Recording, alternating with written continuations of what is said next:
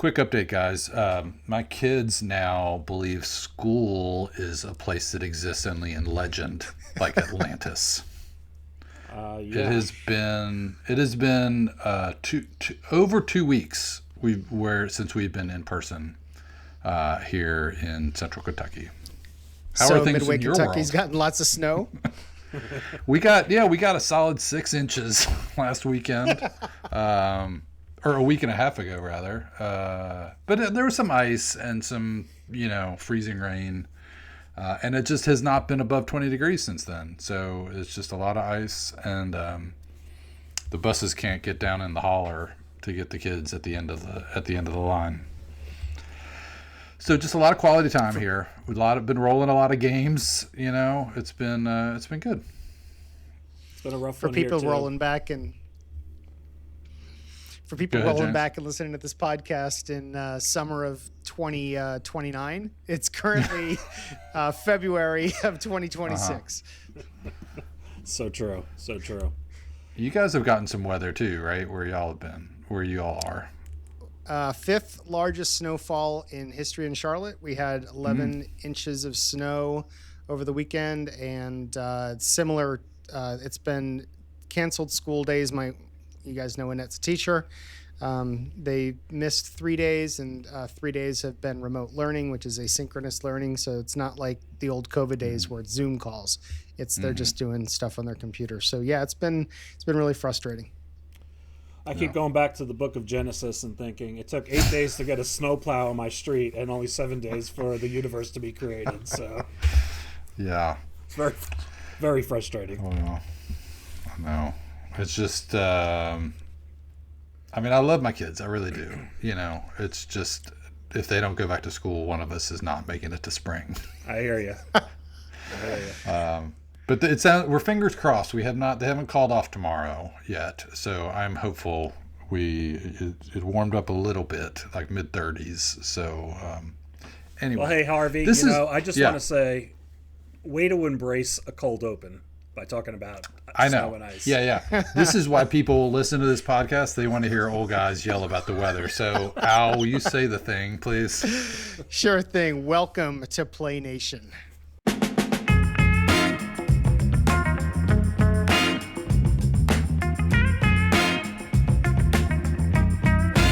So I was reading the PLAAY Games community Facebook page, as one does, especially when they're a lot of free time on their hands. And I saw a picture that Paul Fay posted where he had penciled in what I assume are batting positions on his History Maker baseball player cards.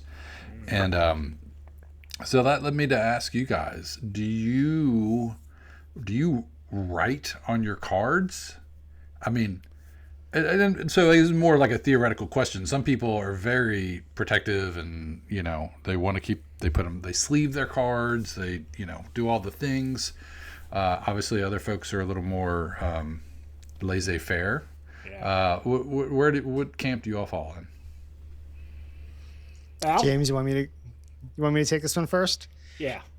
I fall in the camp that whether it's a book or a History Maker baseball card, if it's made with paper and it's yours, absolutely write on it.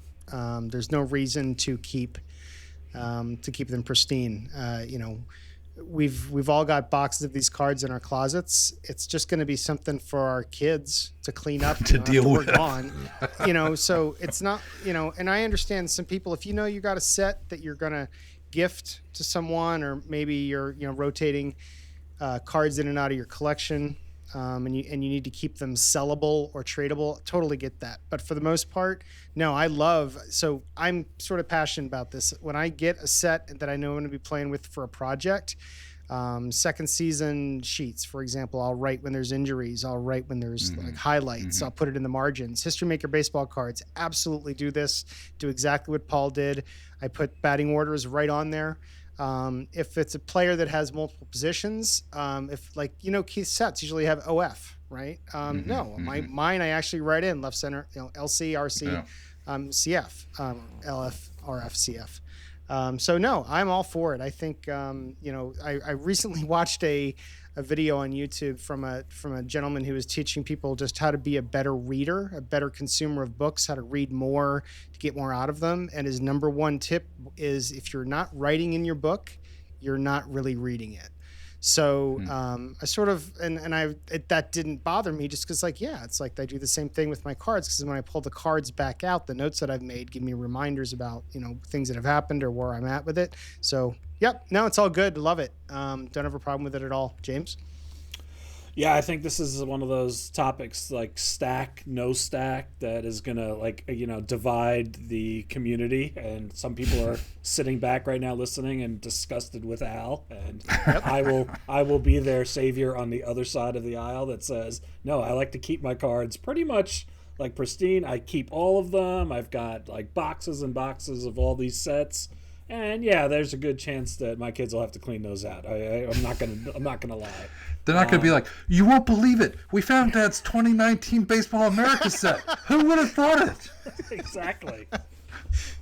The only writing that I have done on cards really is for History Maker Baseball. There are a couple of times where I want to take advantage of some of the intangible pitching ratings, like the strong ratings that I want to add to the cards, and those will be, I'll do that. And then, of course, there's games like Face to the Mat where I'm constantly writing on the cards, because some of the mechanics actually will take away or give ratings to players, to the wrestlers as you're going through, and I feel like it's always in a state of, I've got to write down like who their foe is or who their ally is and all those kinds of things that I want to keep notes of too. So there's a couple places where I am writing on cards, but most of them I'd like to keep as pristine as I can.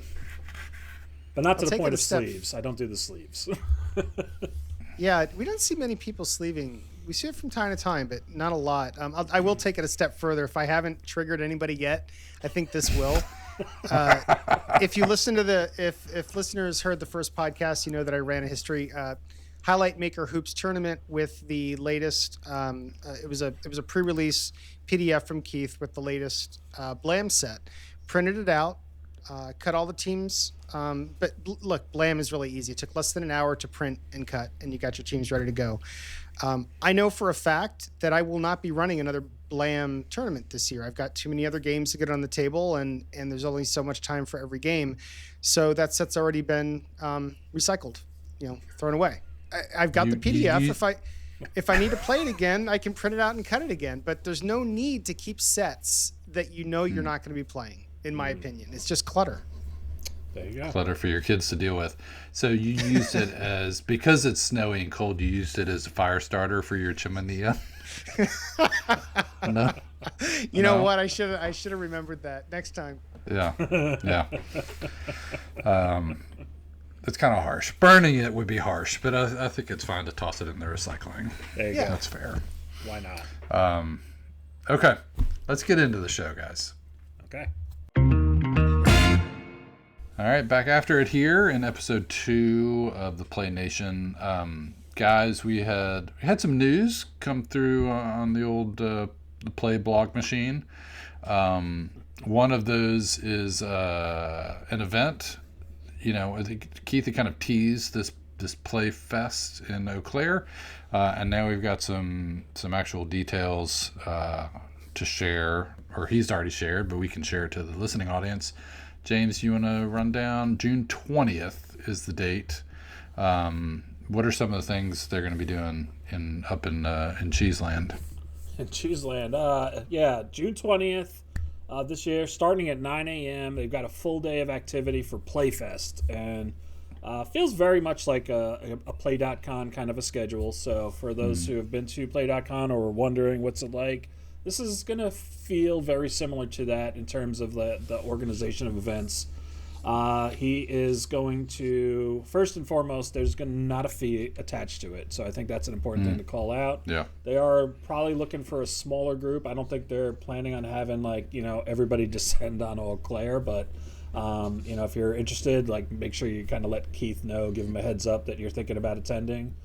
10 a.m. they're talking about doing a fishing tournament, real-time pro fishing tournament. I think we did one at Play.com. Did it at the con last year? Yeah, it was fun. I think It's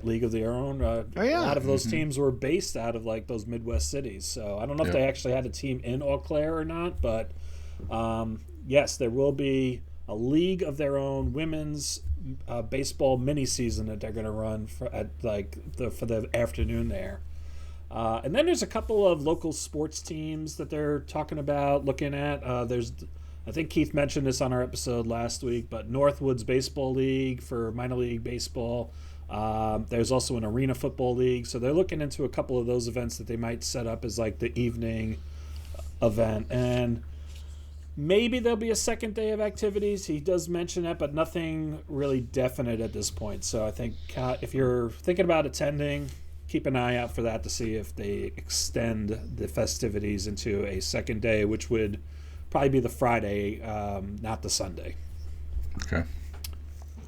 Well, sounds like fun. I think we, I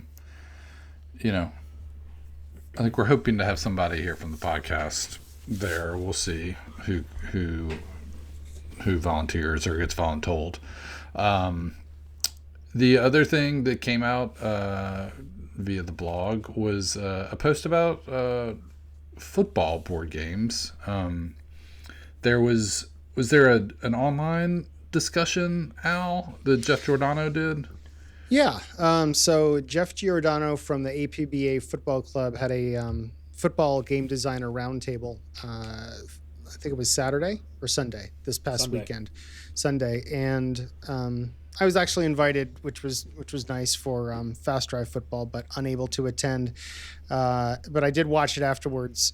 So I definitely recommend, if people are interested in hearing what other football game designers besides Keith had to say about the state of football games today, to check that out. Keith's blog on PLAAY.com has the link to it. Keith wrote a blog basically answering questions that were part of the script or the conversational setups that Jeff ran throughout I want to say it was about a 2.5 hour session.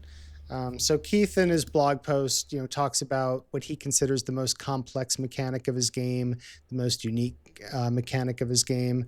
And then also just talking about the state of the union with regards to, how the board games are doing versus video games. And just giving all the designers really an opportunity to,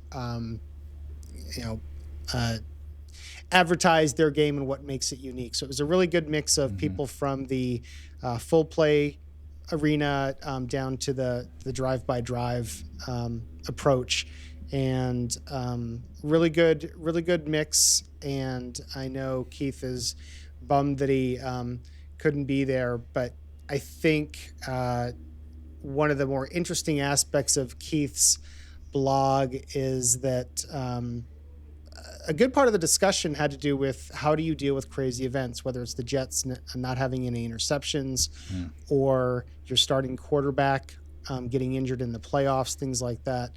So definitely some unique challenges for football game developers and publishers this year.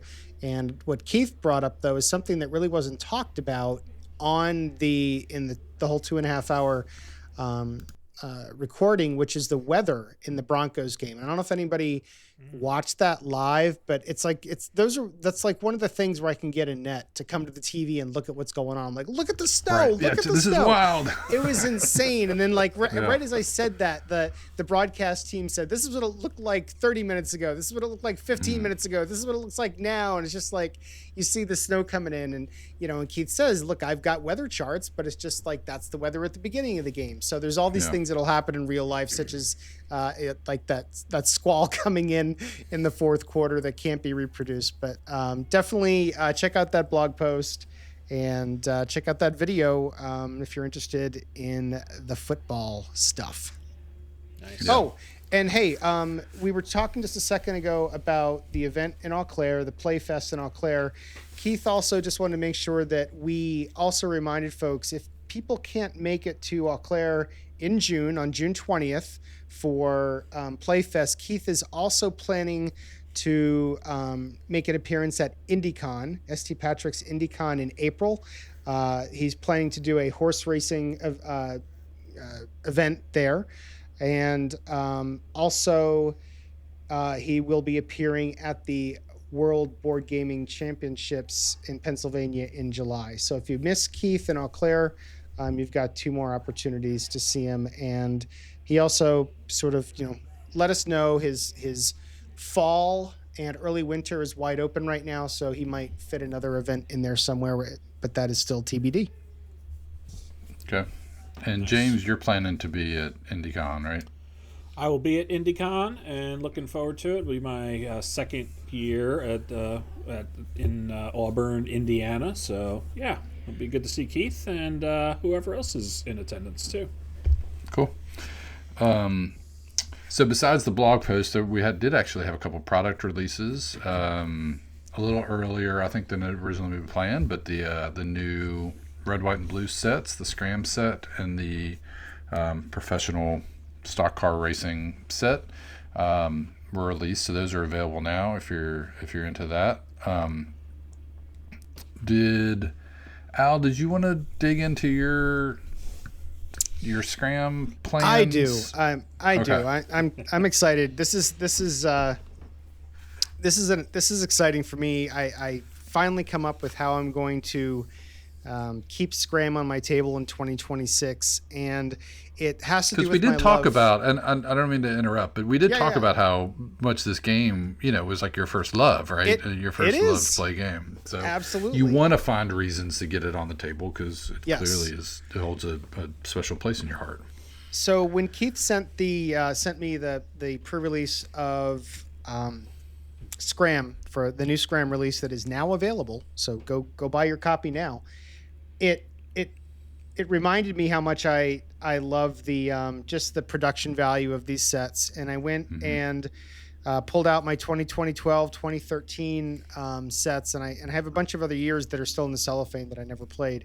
And I decided, okay, what can we do here? And so my real life NASCAR fandom revolves around Daytona. That's it. I watch the Daytona 500.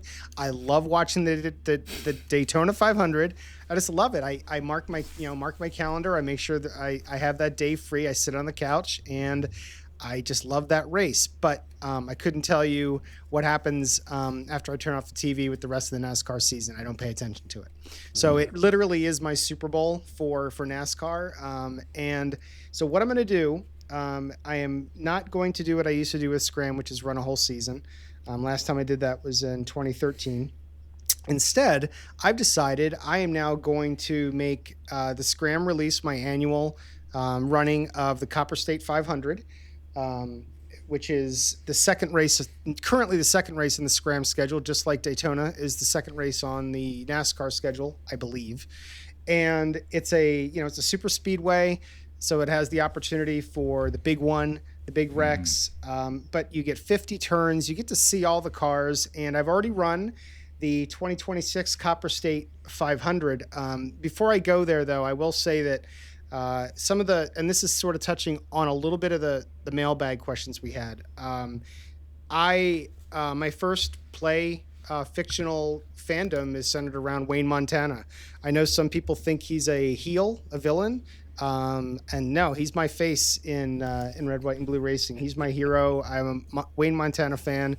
And so what happened was Montana won the Copper State for me in 2012 and 2013, but I haven't run any seasons or any races from the 2014 season on.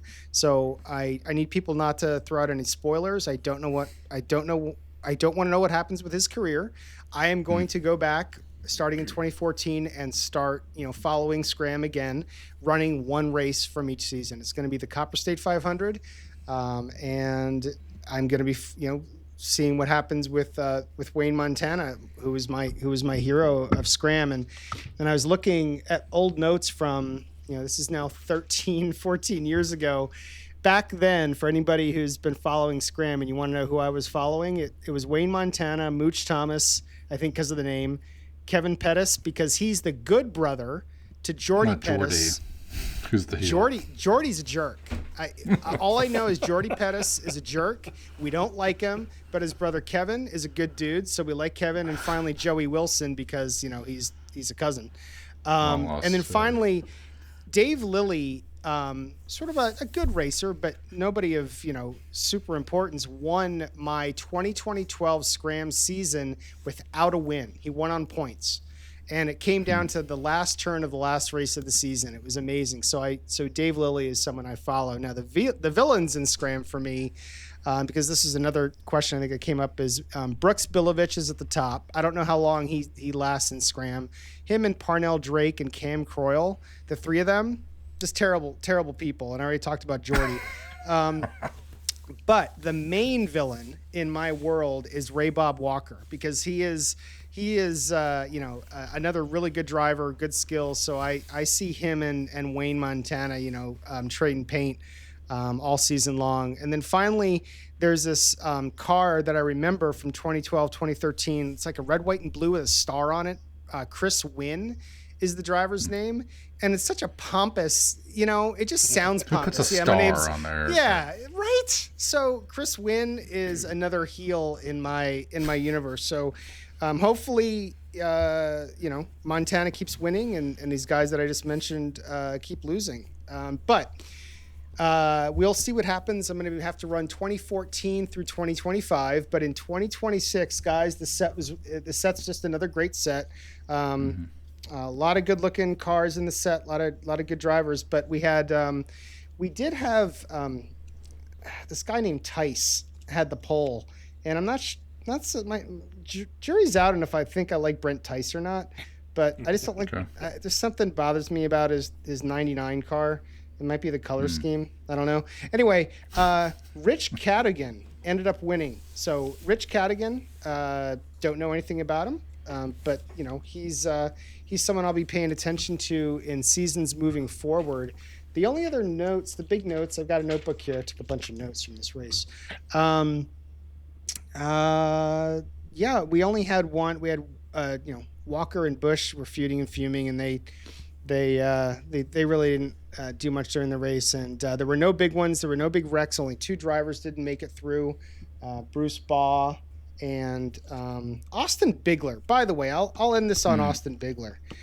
He was the hot shot a few years ago. Oh, really? Is he? Yeah. Is he okay? Is he gone down or is he still doing well? He's got 4 gas pedals, 1 brake burst, but he's got 5 out of the 6 qualities. So no, he's got a pretty good card.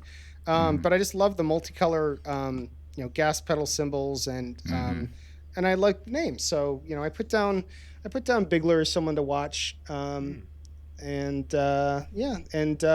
wait, actually I've got a couple notes here.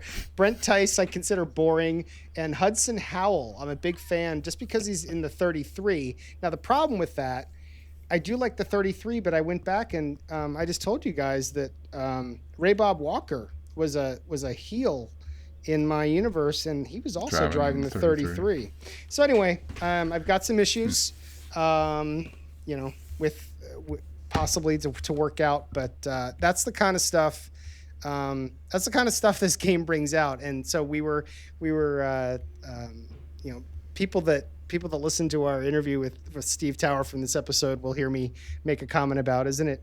Is it awkward that you talk out loud when you're playing these games? And Red, White, and Blue Racing is one of the games where I'm actually, saying the quality challenges out loud. It's actually because I think it helps, because there's sometimes when you have a challenge in the bottom group, there's a lot of cars to keep track of. But I'm giving emphasis to the good drivers and sneering when the bad drivers have a quality check. But it's just a great set. I know that a lot of folks get passionate about face to the mat and wrestlers and how crazy that gets.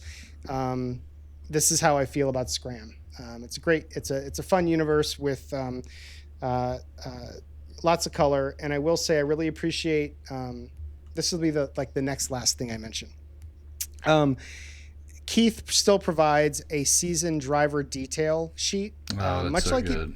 much like he does with other fictional sets, and so it really does help me come up with how I feel about these drivers. So when Brent Tice, his comment says something when a driver can have this kind of success without earning much fanfare, and it's like but even more fun was. And you're right. It says Austin Bigler is a Scrum fan favorite. God, there's one. Oh wait, it was my winner, Rich Cadigan in the '68. Check this out. So he's a rookie. He's a former Small Potatoes track rat. So the racer that won my Copper State 500 in 2026 is a former Small Potatoes track rat rookie driver. So who knows? He might I may have just seen the first win of a future star in Scram. So now, nice. Time flies so fast. I know the next Scram set will be, here before I know it. And so I am now hooked and will be paying attention every year, running my one big race, and keeping my Scram journey alive. So thanks for asking, Harvey. Yeah, no, that's awesome. I'd forgotten I'd been a while since I got a Scram set, and I'd forgotten those write-ups. They're great. And the colors, and you're right, the colors on the cars really help give a feel for there's more, because I know, James, you're not a huge fictional guy, but I feel like the Scram is helpful because you got more indicators to get a sense for the characters. They're just not black names on a white card. You know what I mean? Right. There's a little bit more. Yeah, that's awesome. It's a great plan, Al. Thank you. What about you, James? Anything you've been playing? Anything or? I've been playing a number of things. I'll touch on the pro set in a minute, and I will say, running through I'm down to just 2 more games left in my 2025 WNBA championship tournament that I've been running with Highlight Maker Hoops. So having a lot of fun with that and getting a chance to kind of learn the women's league a little bit, and getting ready to jump into a co-op with just Paul Salzgeber. Paul has been working on replaying the remainder of the 1994 season. Oh, right. He had actually helped create the card set a couple years ago. It was a holiday giveaway, and so I'm going to join him and help him get that moving along a little bit. So it'd be fun to see that. They had a great home run race that year that got cut short. Matt Williams and Tony and Griffey Gwynn chasing 400. Mm-hmm. Gwynn was chasing 400, and you had Montreal maybe having a shot at a World Series championship. We'll see. So some really good things. Fun year. So I'll be jumping into that pretty soon too. And the pro set. So I got it this week. Got a chance to run Daytona. For the 2025 season, and 2025 season. I have no idea who the driver was who won, right? So this is where it's why don't I go for fictional? Because sometimes the pro sets are also fictional to me, right? I don't have a whole lot of knowledge about some of these guys, right? What I thought was there's 2 really cool features in this set, and I don't know if this has been in more recent sets or if it's brand new here with the 2025 set, but one is he has a green thumb icon on a number of the drivers because the teams are getting so good at keeping these cars in the races that there was a number of drivers who were never eliminated from races, and the green thumb allows them to skip problems, except for there's 3 that say you're out of the race, right? There's 3 results on the problem chart that are basically lost engine, you're out. They will still get eliminated on those, but if it's a pit crew check, these guys with the green thumb, their pit crew automatically gets them back out to the race. But they can't win a challenge anymore, and they can't defend against the challenge. So they really just kind of float during the race. So it's a really interesting mechanic for those who are going to really have a fun time with the pro set. And then the other feature is there's a couple of drivers that they had a second card for because they had very different ratings in certain types of tracks. So Right. Daytona being a super speedway, That's cool. I actually had to use Bubba Wallace has a special card because he never finished worse than 4th on any of the super speedways that season. So he has an extra star on like his card he has a super speedway card. And there's some other guys who have like a special a road course card and things like that. So I thought that was a really cool feature that I hadn't seen in some of the other sets that I've played with the pro seasons. So really cool features that people will, I think, have a good time with in this pro set. I feel like I got the short straw by not getting any red, white, and blue sets to plan. So I'm going to get back and pull out some Scram. There you go. There you go. All right. Well, I think that might cover all the things happening at Play. We've got a fantastic conversation coming up with our good friend Steve Tower. And so hang tight for that. But we're going to take a quick break, and we'll be back with Steve right after this. Need that basketball fix but don't have 3 hours to simulate every possession? Highlight Maker Hoops from PLAAY Games gives you the full hoops experience in 20 minutes, because sometimes you just want the Sports Center recap, not the entire game film. You're flipping through fast action cards that capture the top 10 moments of each quarter, the monster dunks, the clutch three-pointers, the boneheaded turnovers that make you yell at your own cards. Stars take over games, role players brick free throws at the worst possible time. Momentum swings like a pendulum, and if the score's within 4 points after the final highlight, well then the game switches to real time for a full minute sequence where every decision matters. Who shoots, when they shoot, and whether your best player's clank factor sends the game to overtime or straight into the loss column. Perfect for solitaire sessions, head-to-head showdowns, or recreating those playoff matchups you're still arguing about. It's the highlight reel, but you don't know how it ends. Grab your copy at play.com and let the highlights write themselves.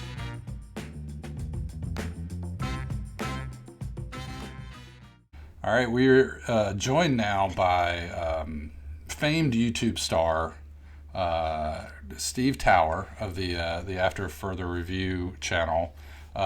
Steve, thanks for taking time out of your Super Bowl prep to join us here on the Play Nation. Oh, it's a pleasure to be here. Really excited to be on the show, and congratulations on a successful launch. Thank you. Thank you. And yes, it's the Super Bowl prep is insane here. We've been out of practice for so long. God. I suppose I walked into that. The long drought is over. Thanks, Harvey.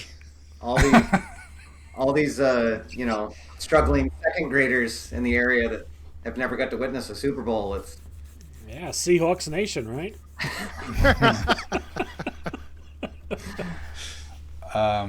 So Steve, you are, you're a titan of the community.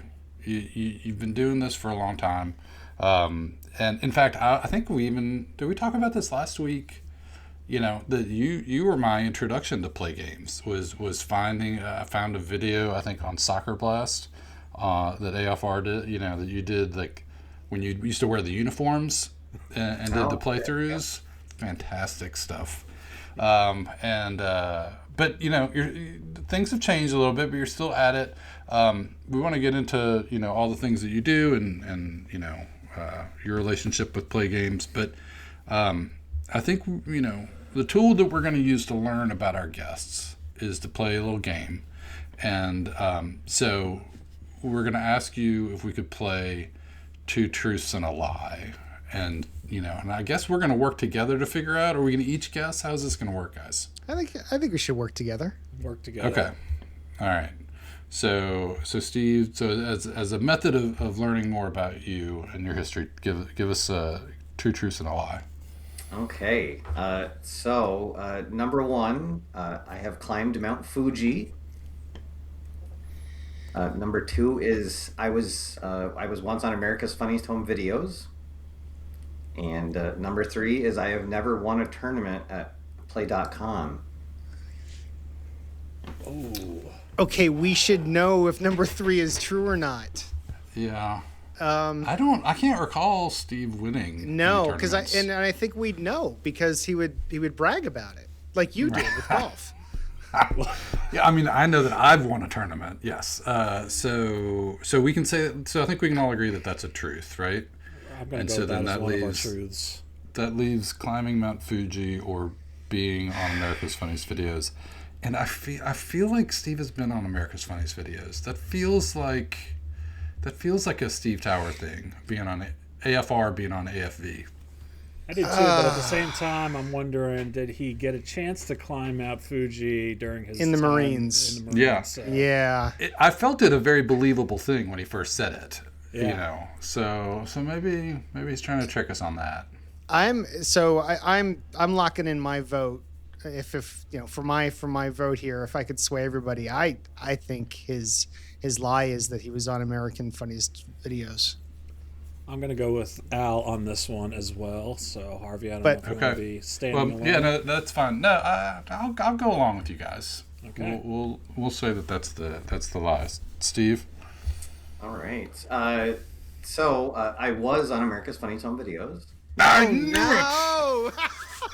A very, very long time ago. I was at a golf camp, and the day that they were doing photos of everybody, the still photographer, he had like a couple shots left, and it just happened to be at the same time they were videoing everybody on the driving range, so that at the end of the week you got an actual videotape way back then, of your swing, so you could, you know, see what you're doing wrong. And the photographer, you can see him, he walks in front of me, and then he sees that I'm about to swing, so he stops and he kneels down like at about a 45-degree angle away from me. A safe distance, right? Easily, very safe. No. Yeah, and I top it, and it just, like, it had a homing beacon right to his forehead, and he's just got his camera with the lens. Nice. My other truth is that I did climb Mount Fuji. Oh wow! So see? what tournament did you? I got to climb Mount Fuji. Okay. I won the first Fury football tournament. Oh. Wow. Well, congratulations on climbing Mount Fuji. Yeah. Oh yeah, That's pretty crazy. In climbing Mount Fuji, it's one of those things that starts out, it's like, this is going to be awesome, and you buy a special stick, and there's like 5 stations on your way up, and you get like a special stamp on it. Well, you have to pay for it at each station, but it's not like a trail. In some spots you're actually like climbing some spots, and then when you get to the top, you're like, it's finally going to be worth it, and you go to the edge and you look and you can see about 20 feet down because you're so high up that all you can see is clouds, and it's like, It's clouds. Yeah. oh well. That was cool. And then it's not an easy climb down. It's a pretty arduous. It's not just a 10-minute hike back down. Yeah. So there's a saying, and it sounds much better in Japanese, but I can't say it in Japanese, that 'tis a fool who visits Japan that does not climb Mount Fuji, but 'tis an even greater fool who climbs Mount Fuji more than once. Very nice. So I climbed it, and I climbed it once. So. All right. Well, guys, we're 0 for 1 on our first ever attempt at 2 truths and a lie. That was a good job by you, Steve. Oh, thank you. Well done. So let's talk about AFR. You know, I was looking at the channel. Is it 12 years? When did you it is start? 12 years. Yes, 12 years. I did my first video like a month before my second daughter was born, which my wife is so excited about. I started a little. This seems like a fun new hobby. Yeah. Yes, and I at the time I was just doing pre-recorded, edited reviews is what I started doing. I was inspired by a man named Scott Nicholson, who did Board Games with Scott, and he was the person who kind of kicked off the whole trend of doing a video on a single game. And I actually, if you watch some of my earlier videos, I completely stole his format where it opens, it's like a cold open, where it's a funny skit for a couple minutes, and then you run the credits, and then it goes into the review proper. And did that for a while, then started adding a news show, and the news show was actually what really made it the channel take off initially. And then, as technology improved, I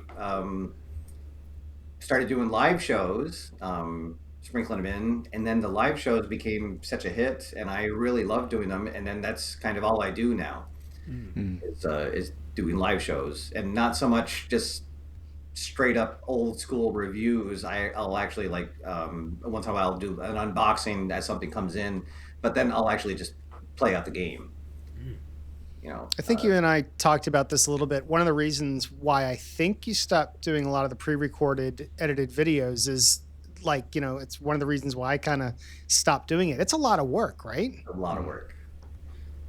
There's, like a 20-minute video could be a day's work of just, even after I've filmed it, of then editing it together, and the mic dropped on this, or whatever. Yeah. So sometimes there was 7, 8, 12 hours behind a video. And as my kids got older and discovered sports, it's like, oh boy, I can't do that anymore. I can't be staying up until midnight editing videos and then getting up and going to work. And that is the great thing about doing a live show, is that once I'm done and I hit end stream, I'm done. There's no post work. So someday maybe I'll go back to, once I can afford an assistant or something, but for now, yes, it's live shows. Very good. So one thing that I've always wondered, Steve, is and this is something that we're learning as we're doing this podcast, not to get too meta in it, but the plans, right? And planning out your schedule. Is it something that you do? I know James is uber organized. I know, as Al rolls his eyes, is so organized in his project planning. Is that something that you do, or you're just are there days when you're I don't know, how about this, right? As you're sitting down to stream? Well, I don't ever sit down and not know what I'm doing. I don't just hit go live and be like, hey, let's but I am kind of bad at planning in advance. I'll maybe plan a couple weeks ahead of time, or as something's coming up, but I don't have a long term, I couldn't tell you what my plan is, into the fall of this year, in winter. So I'm more kind of just responsive to what's going on, in our community. As something's coming out, I'll make time to make sure that I can learn it and try to be ready as close as I can to the release if I'm able to get it beforehand. And then once some regular things start going, I guess something we'll be talking about a little bit, like the co-op league that I'm in for baseball. That becomes a regular event. During the baseball season, I'll at least have a couple of those each month. But yeah, other than that, it's kind of just reacting to what's coming up and what's grabbing my fancy. When something new is coming out, like you get a release from PLAAY or some other game company, when you go to record that live session where you're going to showcase it, how many plays do you like to get in prior to that first play? Do you want it to be fresh out of the box, or do you want to try to get 2 or 3 plays in before you sit down and actually put it on the camera?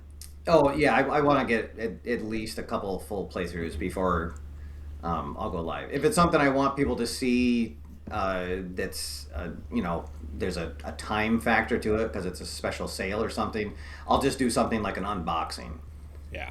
Real quick and be like, hey, here's what you get, or here's what's coming, or show the website or something.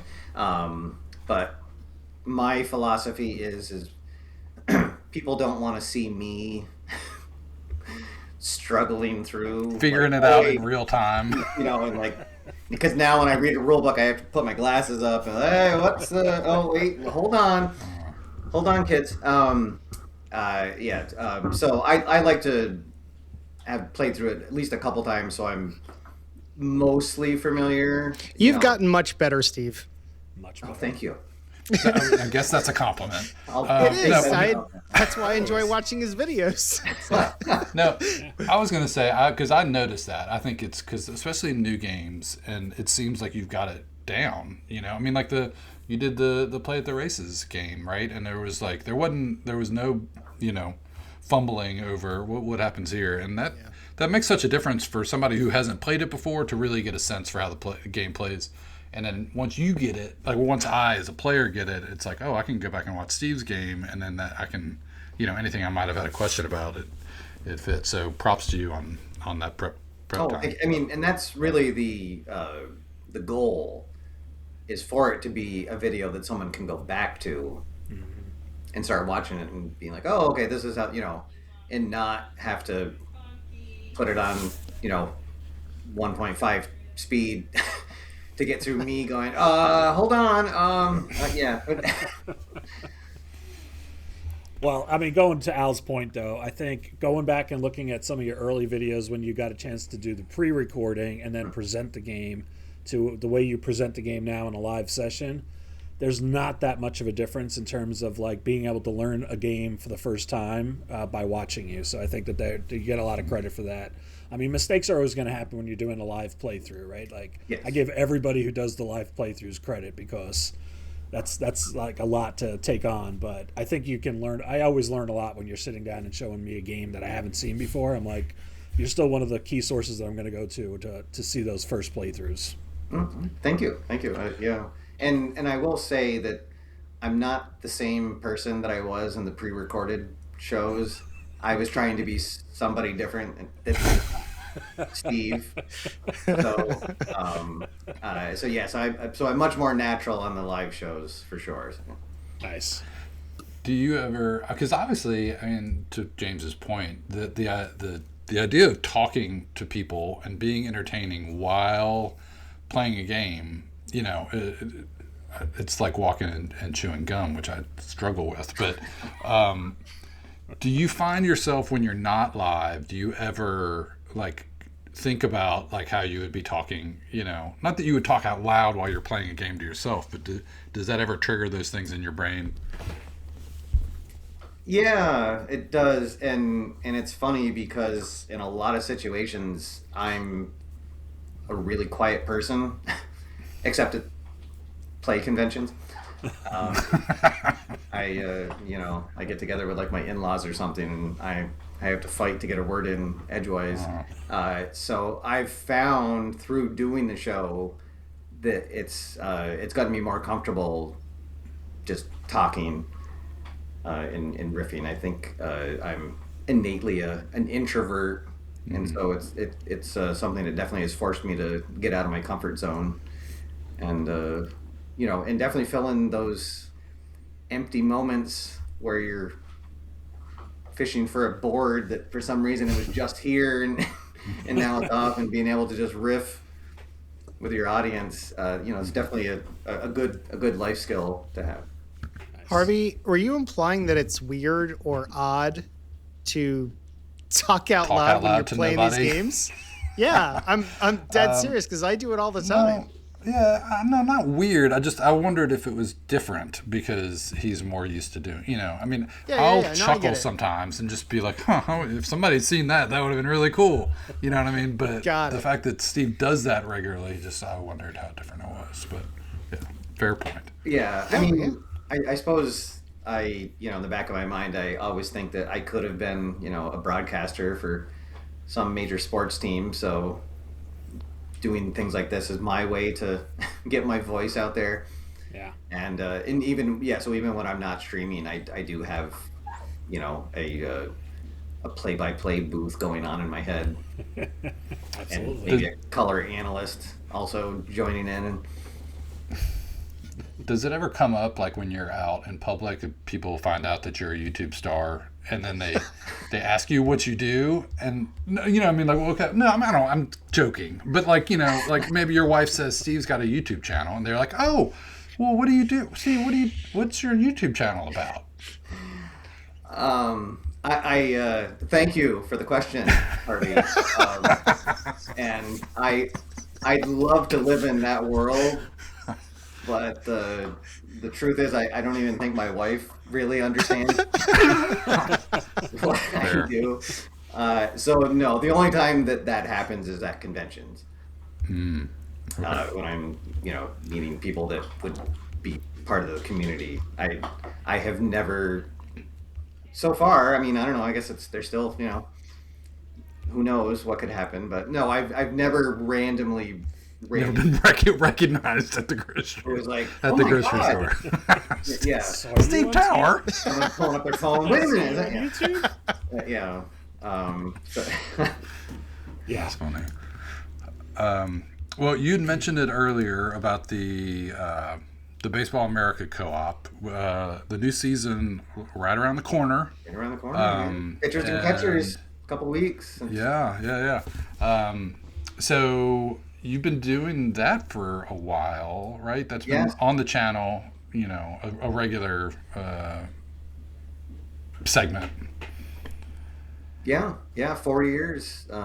This will be the 5th season coming up here. So, has New England ever won the championship? We have not. No.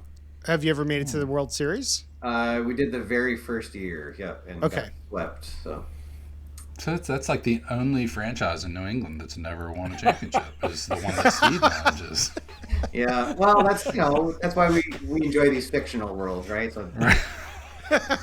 I get to keep you humble. It keeps you humble. I get to experience what everyone else experiences.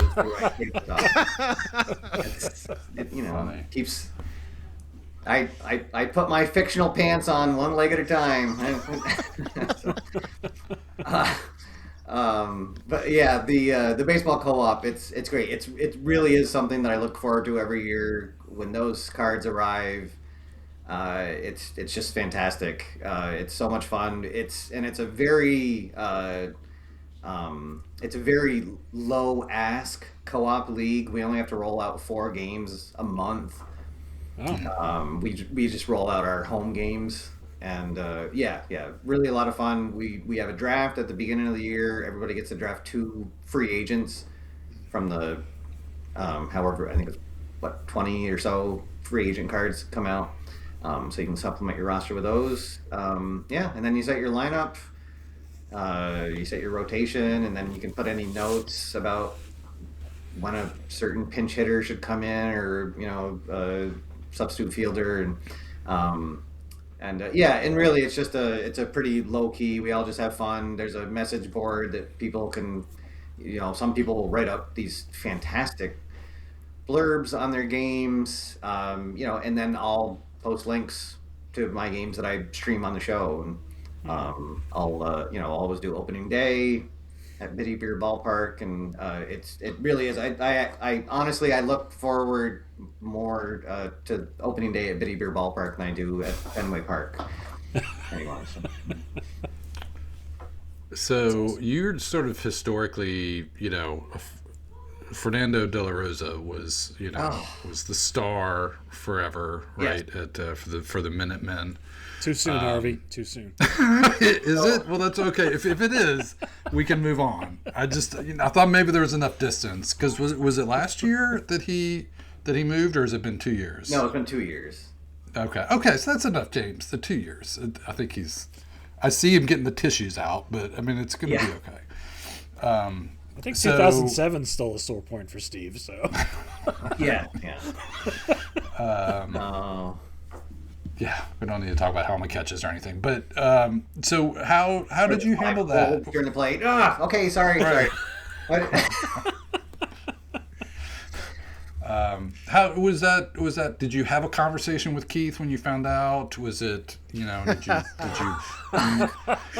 was it like, how could you do this? I'd like to think that I have some sort of sway with with Keith, but no, I didn't. I just we all had a good laugh about it, and some more than others, some in the chat room more than others.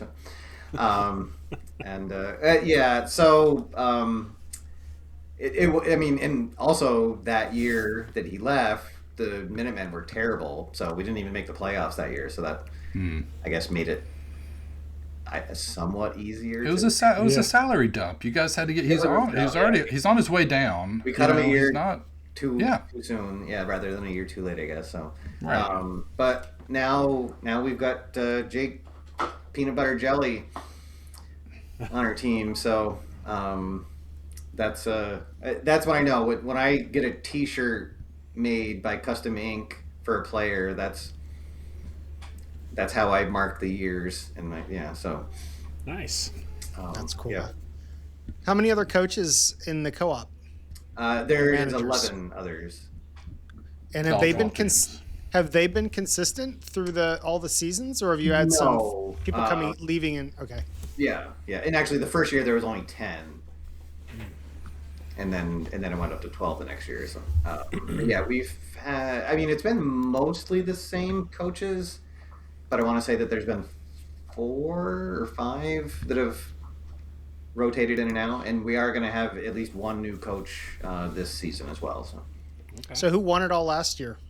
Mike Canistari has won it back-to-back years. Ooh. Oh, interesting. In Antonio. Nice job, Mike.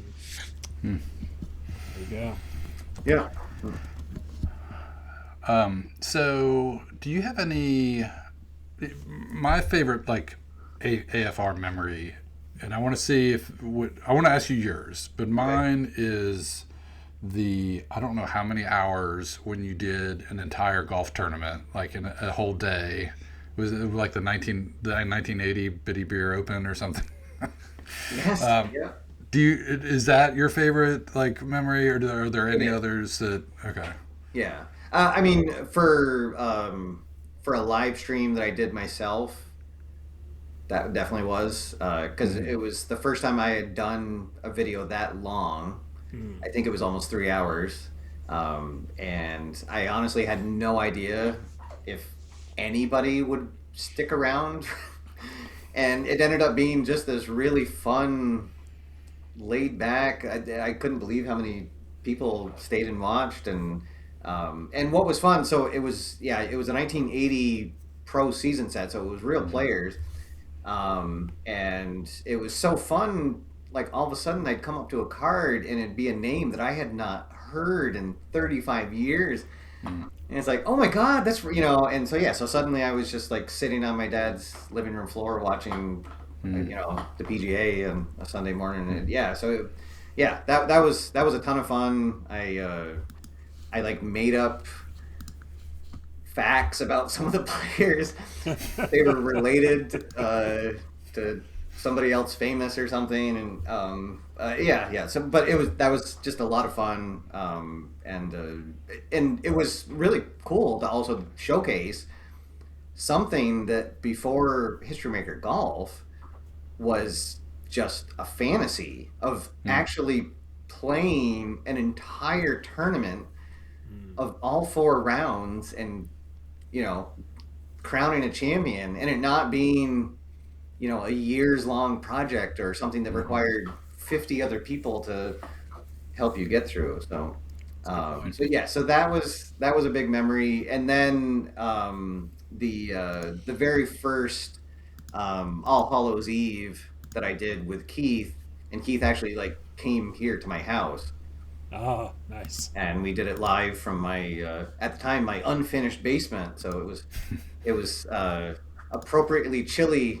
Down there, and that was a lot of fun to have Keith there for that. You did a great project a couple years ago, and I had to, as soon as I saw you doing it, I was like, I'm stealing that. I'm doing it on my tabletop, and that was when you were, and it was Fast Drive Football. When you did the Patriots, I think you did the Patriots season. You played all their games, but then also ran the second game of your doubleheader was a King of the Mountain tournament. I remember that too. That was fun. That was a really good project idea, and I was like, oh, I got it. That is such a good idea to do on my tabletop too. So Well done. Oh, okay. Thank you. Yeah. Okay, so what have you what have you been playing recently? Any play games that are have been bubbling up to the top? Do you play seasonal? Like, is it football season? You play football and then baseball's baseball, or what's been on your table the most recently? Highlight Maker Hoops got back on the table with the fictional set, the Blam set that just came out. And one of the things I'm finding is how my tastes change between the sports, because I love Highlight Maker Hoops Prime Time, but I feel like Highlight Maker Hoops is such a perfect game, and it kind of hits everything that I want a basketball game to hit, and it doesn't take 2 hours, 3 a couple hours. or more to play out. Because what I found playing out a basketball game is that I don't really care what the stats were. Nope. But with the highlight maker, you can see the impact points. So you can see like a player. Oh yeah, he had 2 key stops, and then 2 key offensive breakaways, and highlight maker hoops. I will be getting Red, White, and Blue Racing back on the table soon. After the big game, I'll be doing the. Can we We're say allowed it? to say it. We're allowed to say it here. We got clearance. I think we're good. We can call it the Super Bowl. So after the Super Bowl, I'll be kind of piggybacking on Keith's show that week. He's going to do the opening race at the Dome, and I'm going to do the opening race at the Dome, but with the B series. Oh, Nice. Cool. Drivers. That's a good Yeah. idea. Very cool. So looking forward to getting that, and then once the big one that I'm looking forward to is the Play at the Races official box set release. Yes. So once that comes out, that will definitely be getting back on the table, and then of course History Maker Baseball. Kind of never really goes too far off my table. That's I will say that's the reason why there's an AFR is because of History Maker Baseball. There you go. So I will get that out, and in that so History Maker Baseball, I will play the season out for my New England Minutemen, and then I used to run all the races for Red, White, Blue Racing, and then I kind of missed it one year, and then it was really hard to get back. So I'll just run a couple races, and now my favorite driver is in the B series still, so that's why I like running the B series. Who's with your you. favorite driver? Number 3, Dick Exum, Esham. who's been in the set every year. I think there was one year that he wasn't before Keith started publishing the B series cards. So I'm is with he in you the on B the- series? Because I'm sorry, Al. This is the second time you tried, but I want to just keep talking. No, that's fine. Is Exum on his way down? Is that the in the the idea? world, he's like 60 years old. Yeah. Yeah, so he just hangs on in the B series because it gives him an opportunity to drive, and but also in World he's the owner of the number 3 Of Exum Racing. of Exum Racing. So yeah, so Esham. Al, you were saying. Sorry, go ahead. I just want to tell Steve I agree with it is pretty laborious to do the full schedule of races, and actually on today's podcast, if Steve is kind enough to listen, which he probably will since he's on it afterwards, you'll hear my approach to how I'm going to handle playing out Scram moving forward. I don't think everybody's going to agree with it, but it's going to work for me. I'm pretty excited about talking about it on the podcast today. Yeah. And Steve, you'd mentioned about Play at the Races, and I don't know that Al hasn't. Have you even played it yet? I do not have you a have. copy, no sir. I'm not a horse racing aficionado. Yeah, and I'm not a NASCAR racing aficionado, but I play Red, White, and Blue Racing. Steve, how do you, I almost feel like Play at the Races is like a perfect, it's almost like Red, White, and Blue Express, right? And Do you have a similar feel? I've been playing it a lot recently, and just curious what your thoughts are on it. Are you a horse racing fan? I'm not. No. Yeah. No. So I was more interested in the fictional horses and jockeys. Specifically, the second set of fictional horses. I can't imagine why. You'll have to buy it, Al, and find out. So I could just, and I haven't done anything crazy. There's some people who have been posting that they've created this entire schedule for a year of races and different stables and stuff. So I've just been doing one-off ones, and actually I haven't gotten back on my table in a while, but I'm very much looking forward to the box set release and the reason to bring it back on the channel. And we've been talking a lot about sports games, but on AFR, you actually also get a lot of the Play Now games that when they get released and bring those on. I think recently with Truckin' 76, and you like playing those games just as much as some of the sports games, right? Oh, sure, yeah. Because I've been into board games since I was a little kid, so yeah. Some of those Play Now games, they definitely scratch an itch. Especially when it's something like Truckin' 76 that covers something that's very near and dear to me. So, So looking forward to what Keith has planned in the future for Play Now. It looks like the media thing is a reskin of football and baseball Fury, but not redoing anything. Just mostly just a reskin. Reskinning, retheming. Correct.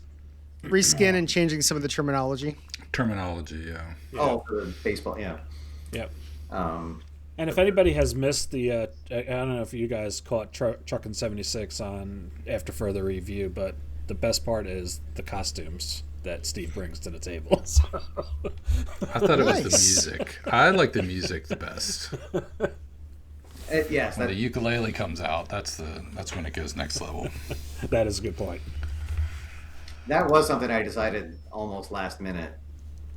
It was that day that I was like, you know what? I should open it with a live. Eastbound and Down. Because I was trying to find some country themed song to download, and then I was like, oh, you know what? And I just went and I looked up the tabs on the ukulele for Eastbound and Down. I'm like, oh, okay. You know what? I could do this. And and then went to my local package store, and they actually had the Coors Banquet. The Coors Banquet, yeah, which I didn't even think was made anymore. You couldn't get it you can't get it east of the Mississippi. I honestly didn't realize that was still a thing. I was so surprised that so that was a lot of fun doing that. Nice. So one of the things we were going to ask was if you had a wish list. I guess maybe if we put you in charge, is there anything that you would a season release or a game or an update or anything like that from Play? What would be at the top of your wish list? Yeah, I would love to see an expansion for any of the major sports games, or all of them, that was like a career mode, where ideally for me it would be that you can take control of a player and guide him through his career, and there would be highlights of games where you would actually break out the full game engine of the game and roll out your at bat or whatever. But then there would be a whole nother book of things that happen to you during the off season, or chances for you to add or subtract qualities from your card. I'd love to see something like that. And my biggest wish is I would love to see Face to the Mat redone, and actually not even redone. I get it.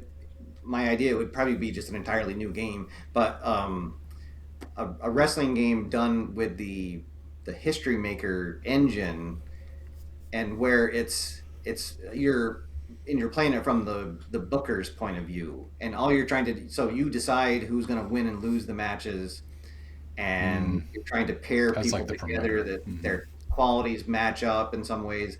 And the History Maker engine, I just thought it would be so great because what you could do is each, you could have like an opening, mid, and end match, and they would each have their own charts, and you could roll, and like 1, 2, 3 would ask, does one of the wrestlers have the strong quality, and if he does, that means you add a point total to the end of it for what the grade of the match is going to be, and if he doesn't, you subtract one.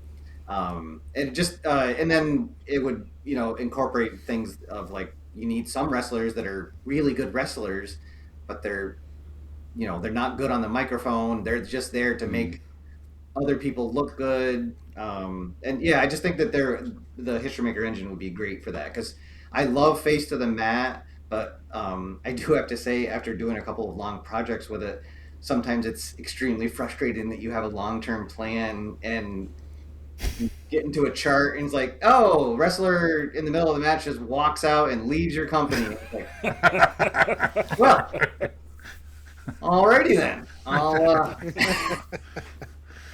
Yeah. So I would love to see a wrestling game using the History Maker engine, where you're making who wins and loses, but then it's up to them if they put on a good match or if the crowd enjoys it. Yeah, that's a really good, interesting point, because that's the toughest thing with the wrestling games, right? Like, is that wrestling is all about being the promoter and writing the scripts and determining who's the winner and who the loser is. And almost none of the wrestling games are played that way, right? They're always, we'll randomly determine the outcome, and then you're like, well, there goes my storyline. And we won't mention it, but there is that one game, right, that like does the promoter aspect that you're a big fan of, that I enjoy. And it would be great to bring that same aspect of, I've got to manage this roster and put together the best show that I can with the roster that I have, and see how that works out. So really interesting idea.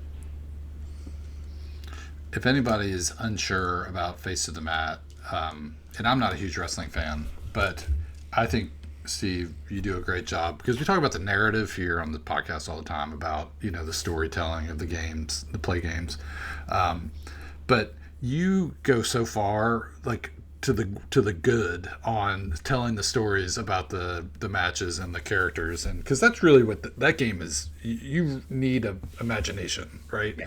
Like he's going to tell you the story, but it's up to you to like really flesh it out. And so if anybody wants to know the best way to do it, I would recommend watching was it Monday Night, Friday Night Tights? Monday Night. Monday Night Tights. Yeah. Yeah, you had it. Good stuff. So yeah. All right. Anybody else? Any burning questions for Steve?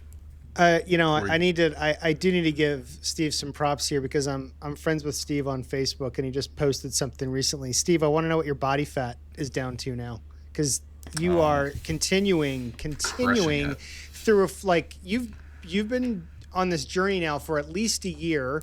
Maybe I'm missing it by a couple of years. I don't know, but it's hard to keep this kind of stuff up at our age. And I'm really impressed with what you've been doing. Anything you want to, say about that, or encouragement you want to give to other people about, lifestyle changes like that? Well, thank you. So it's really been 3 years. Wow. I really kind of decided I needed to do something before I couldn't do something.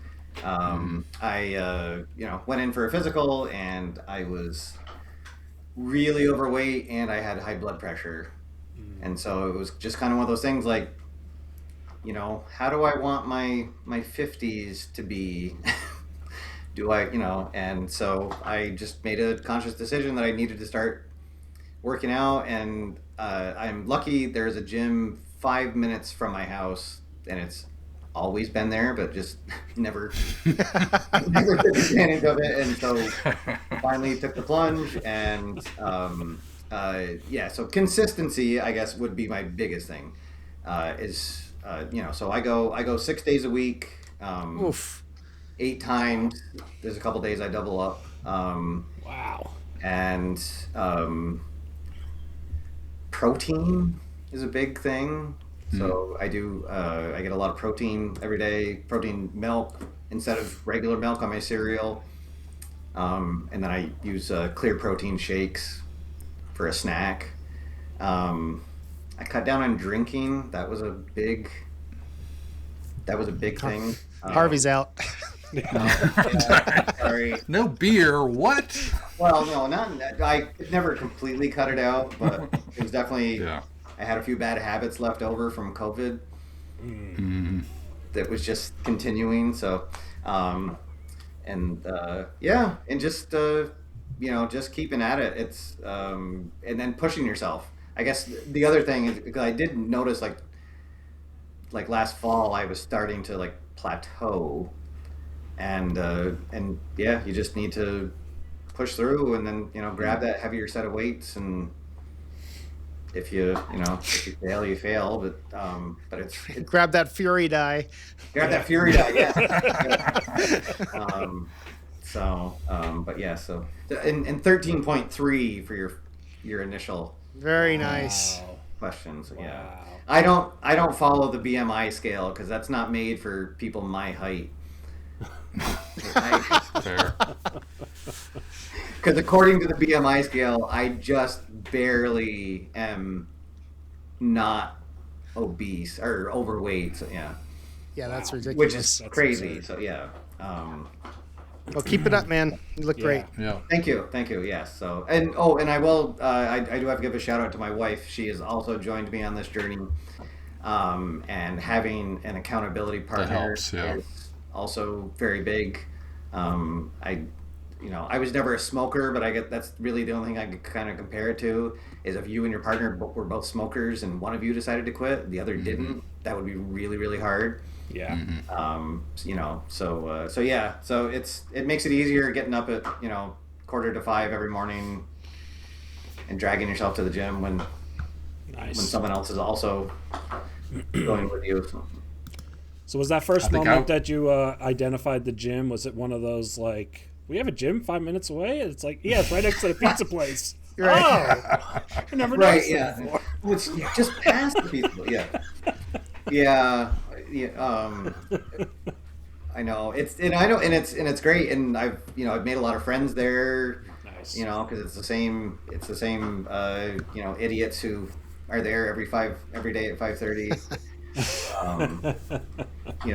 Doing it with you. So yeah, it's definitely you're a product of your environment, right? So Yeah. if you hang out with people that work out, you're gonna probably work out too, and so yeah.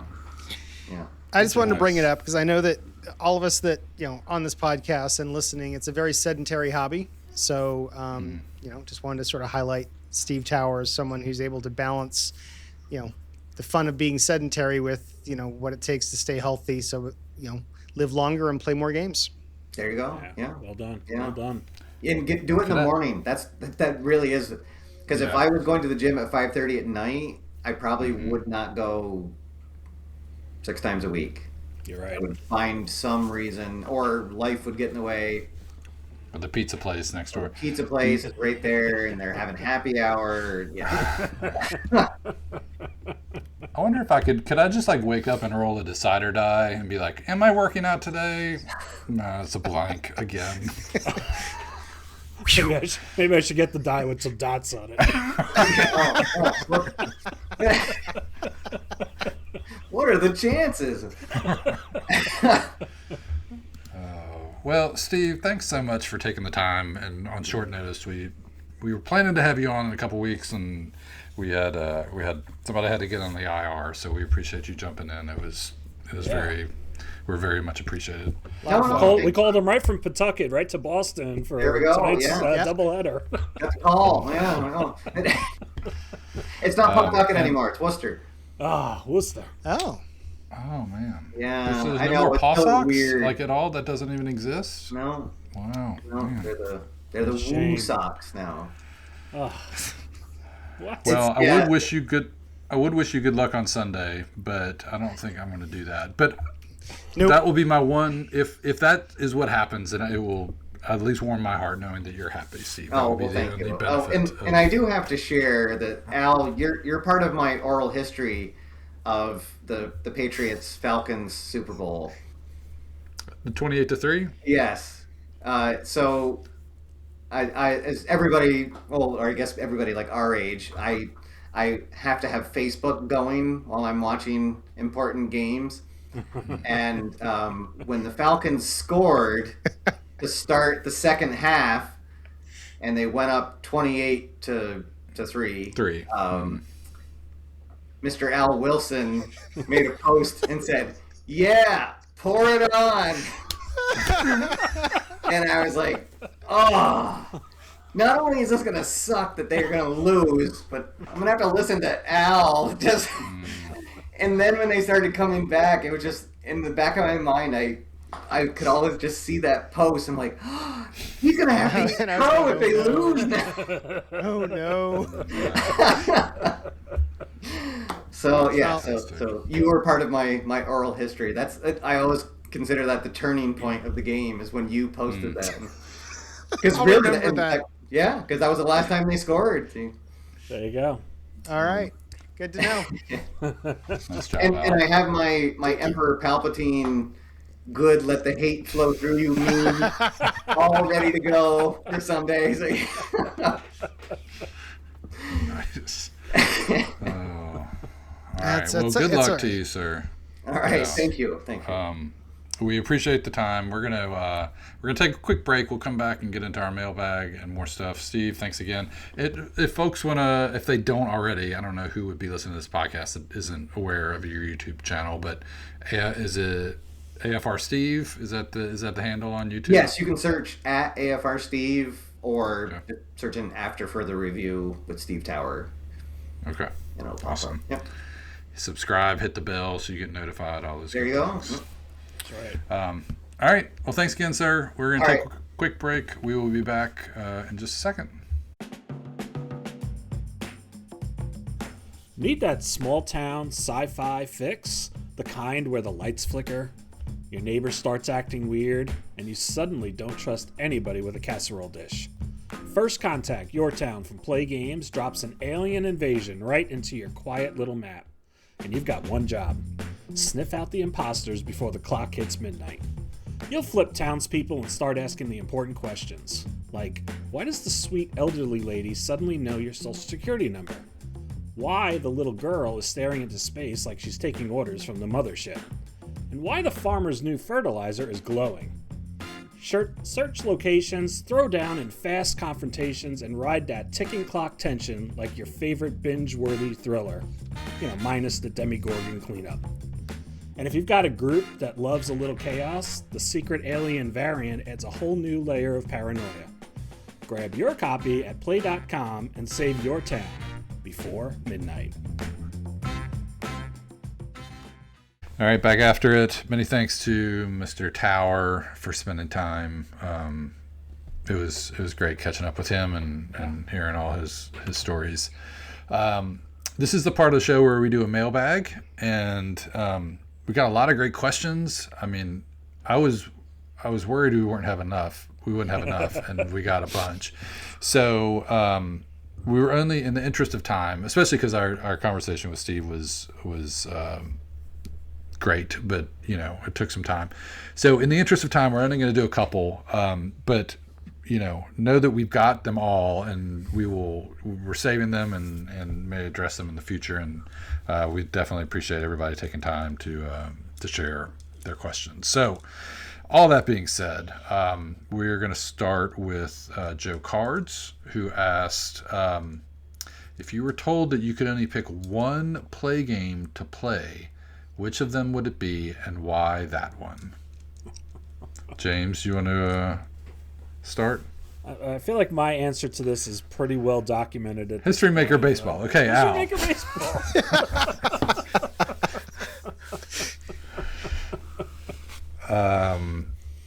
Do you have anything else you want to add? I mean, we know you love the game. I do. I love the game, and I think it just, between the storytelling elements, like kind of, that we a little bit touched on with Steve, the idea that, You can do like the pre-game rolls and really, I think it's such a great baseball game because even if you're using a real set or a fictional set, you're not replaying. I never feel like I'm replaying a season. I feel like I am playing out my own version of a season. Mm-hmm. And I feel like I have the freedom to do that and not feel locked into playing with as played lineups and all this kind of stuff. Like, it's really an open invitation to recreate that baseball season in your own way. So I think it's, that's why it always finds its spot on my table every week, pretty much. Okay. Good answer. Al? History Maker Golf. Oh, you stole mine. Yeah, Jerk. sorry. There's All right, multiple reasons. I was looking through all the components the other day and looked at the comments that Keith made in the back because I was trying to remember, when did we publish this thing, when we were working on it, and he made a comment in there that said he and I were talking about this game before it was published for 2 years. So 2 years of, my time went into helping Keith with the courses, with some of the golfer sets, and the whole game is him. I don't think I had anything to do with the game, but just with a lot of I did the score sheet. That's my biggest contribution. But so much time went into that. I really got to know Keith as a person during that time. So the game just has so much meaning to me in terms of my relationship with Keith and the company. But as a game, I mean, it's brilliant solo and it's brilliant in a tournament setting. It is well documented that I am not the kind of person that really enjoys going to in-person gaming events. I do 99% of all my gaming solitaire, and I really like it that way. But with History Maker Golf, it is the one social gaming experience that I really enjoy. And I've never, won the tournament. I don't think anybody I know has ever won the tournament. I don't think so either. Never heard anybody who brought it up. Let me get my trophy out here. Hang on. But no, it's I will never forget sitting at my desk one day when I read the first rule set and I said, "Oh my God, the tournament mode is a work of art." And so, and I will say that to this day, there's no other game. And I believe Steve actually talked a little bit about this, or you and Steve talked about it in the conversation we just had. There's no other golf game on the planet that captures the drama of a tournament so well. And I am a sucker for Keith's mechanics, where it's just grab a stack of cards and randomly, pick some out of them. I mean, whether it's Scram, whether it's Red, White, and Blue Racing, or whether it's History Maker Golf, I love that mechanic. It is so brilliantly simple that I just love it every time it's on the table. So there you go. That's my pick. It's a good one. It's a really good one. Well, I mean, I feel like I can't add anything to that. Other thing, Harry. No, it was great. That was awesome. The only thing I will add, the thing that would make it the game that I would choose, although I think second season is really close. That would be the only other one, because that game's so immersive, and I feel like I would be good with that being the one game I played. But I think why I would choose golf is that there's so many different ways to do it too. Like the tournament mode is awesome. I love it. That's almost exclusively what I do. But you can do a twosome or a threesome or a foursome or whatever, or you can do a skins game. I mean, there's just so many ways that you could go about, keeping things fresh. And so if it was going to be the only one, I think that's the one. The one thing I wish that I had for History Maker Golf is the AI technology to be able to create a video reel of the shots that I'm imagining in my head as I'm playing that game, because that game generates the imaging in your head so well of the shot that they're making throughout it's like watching the PGA telecast. It really 100%. Is. And just to add to that, because I actually saw a post on the Facebook community page recently, saying I really want to get into this golf game, but it's hard because I don't have images of the courses and the cards. And I don't think Keith mentions this. I don't think Keith mentions this in any of the promotional materials or in the rules, but I just want to make sure everybody knows when the whole cards are created, the actual shape of the hole and the geography of the hole is represented on that card. With So the you can, icons. if you just like move the card away, hold it at arm's length, you can see, oh, there's the fairway, there's the rough, there's the hazards, there's the green. And so you can tell if it's a dog leg left or right. And so I just want to make sure, if there's someone out there that, didn't, understand that, because it's not something that Keith really emphasizes in the game material. So I just wanted to sort of throw that out there as well. Yeah, Nice. no, that's a great point. Okay, one more question. This one is from a friend of the pod, Jason Lawmeyer. He says, long-time listener, first-time caller. Hoo-ah. If you personally got dropped into one of the many fictional play universes, which one do you think you'd succeed in? I'll hang up and listen. Well, first of all, Jason, appreciate the call. And Al, do you wanna start this one? Yeah, I'll take not to harp on the same game, but I'll go Scram, just because I can drive a car. I can't Fast. No, I mean, thinking about it, it's like, hey, I played Little League as a kid, but no, I couldn't survive in Baseball America, and or in any of the other sports. But I think I could drive a car. I've always wanted to build a simulator, in front of my TV and race. I've always liked racing arcade games. So just like I feel that I could land a plane if they ever needed someone because of all my times doing flight simulators, I am pretty confident that I could be at least all right. I mean, I could, the trophy, that's the pit crew. I mean, I could at least be a 2 gas pedal, 1 burst driver with, say, well, I wouldn't be a star. I wouldn't be smart. A little bit of, let's just give me control and skill. I'll be a control and skill. And I think that would be where I would have my best success. So that's my answer. What's the one that's like hot or whatever? What's the Heat? Yeah. Heat. You don't think you're Heat? No, because that's someone that gets road rage. Whenever I see the Heat, actually, you know what? It's a good thing my wife isn't listening now. You're like Heat with a star next to it. Yeah. Right.